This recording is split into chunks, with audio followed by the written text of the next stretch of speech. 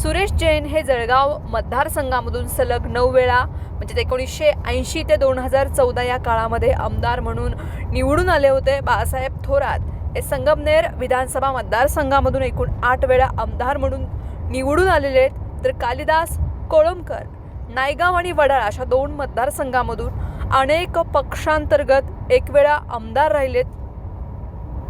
दिवंगत नेते अजित पवार हे बारामती विधानसभा मतदारसंघामधून एकूण 8 वेळा आमदार म्हणून निवडून आलेत आणि जयंत पाटील हे आतापर्यंत 8 वेळा आमदार झालेत. आताही त्यांनी इस्लामपूर वाळवा मतदारसंघामधून विजय मिळवत विधिमंडळामध्ये प्रवेश केलाय.